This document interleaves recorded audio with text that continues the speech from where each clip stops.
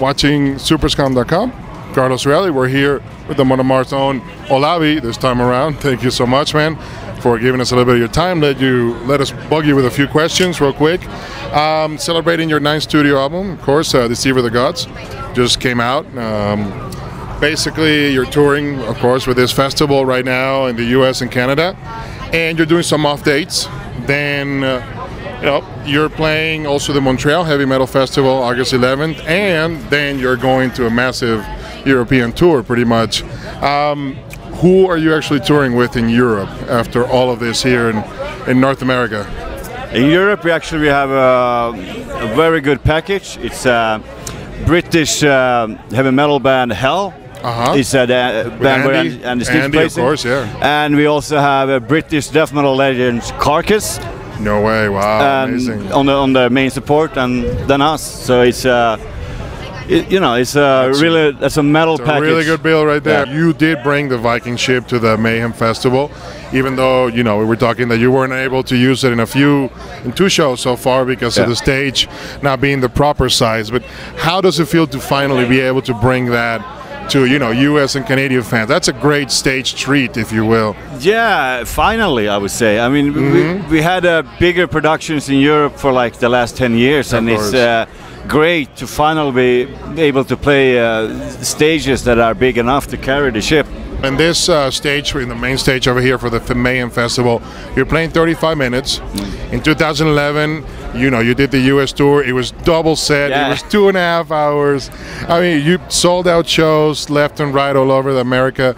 How does it feel to be just playing 35 minutes now, even though it's a big festival? But it is a big festival, and there's a lot of bands that plays, and the great thing is that there's no bands playing at the same time, so all the fans can see all the bands if they really want to.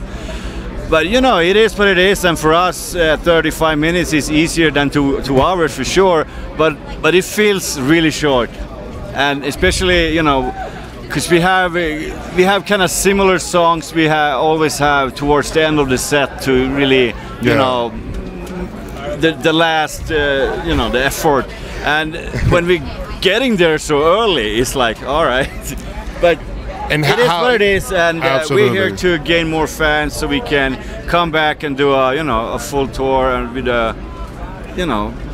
come back again. We might do the evening with in the future. How do you actually sit down and get the set list for 35 minutes? Considering some of your songs are usually not the shorter format. It's a struggle for sure. How many new songs? On Mayhem we only play one. Just one, okay. Yeah, we only play the song that's been out for longest, and it's Deceiver the Gods. Okay.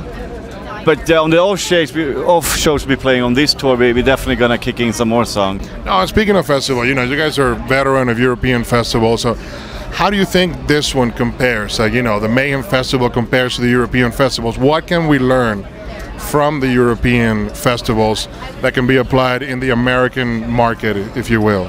I don't really know if there's anything to learn. I think Mayhem people are doing a fantastic job with this tour. And the thing that I really like about this tour is that it's the same people every night.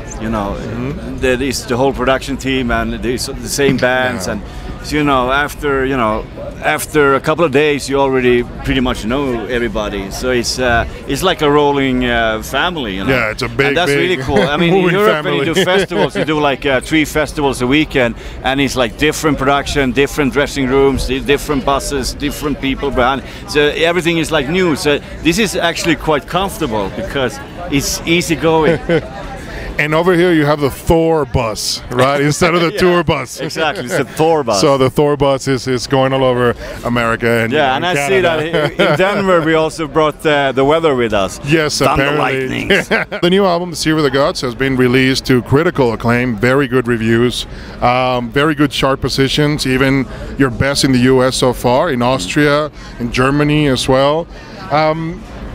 How do you think the band actually upped their game for this new release? I mean, what went in? What do you think is new? What was incorporated into the new album, if you will, compared to the back catalog? I don't think there is really that much new. It's just us in a good shape. I think we had very good ideas for songs and lyrics and the theme for the album. We had a very good spirit when we wrote it. We were very, you know, good feeling. Everybody was like very into it.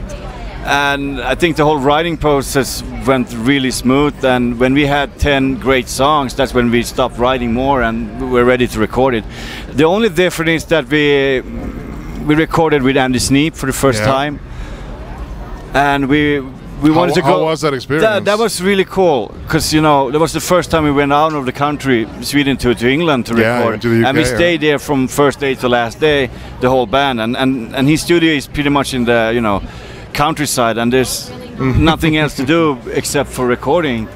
And I thought that was amazing. And Andy's a really relaxed guy to record with. It's not like you record from like 8 to 5, or we started whenever we woke up, and we ended the day whenever we felt it was, And the vibe was different, was more organic. The drums were recorded while you guys were playing. The tracks. We tried to catch a more live feeling, and I think Andy did a fantastic job. And it's been a good run. Who came up with the concept and the design for the deluxe box set with the Loki bust, if you will, that's about 10 inches, 25 centimeters tall? I mean, that's a really amazing box set. It's a really good Who came up with that one? I think it might have been B. Johan.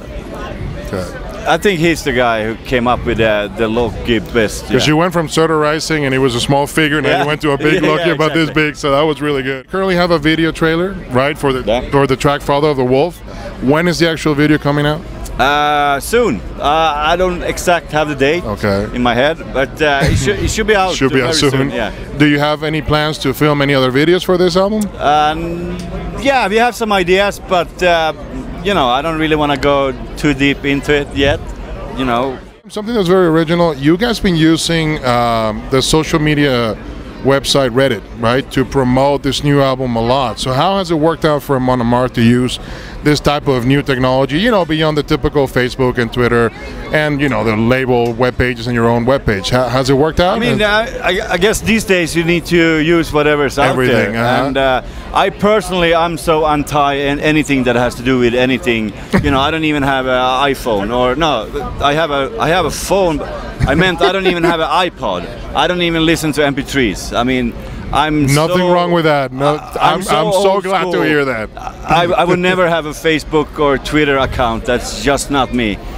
But I still understand that that's the future, and it has to be. The good thing is that we have good people behind us that knows, what's going on today, and if you have a guy like me that is total old school, I would still write letters to people.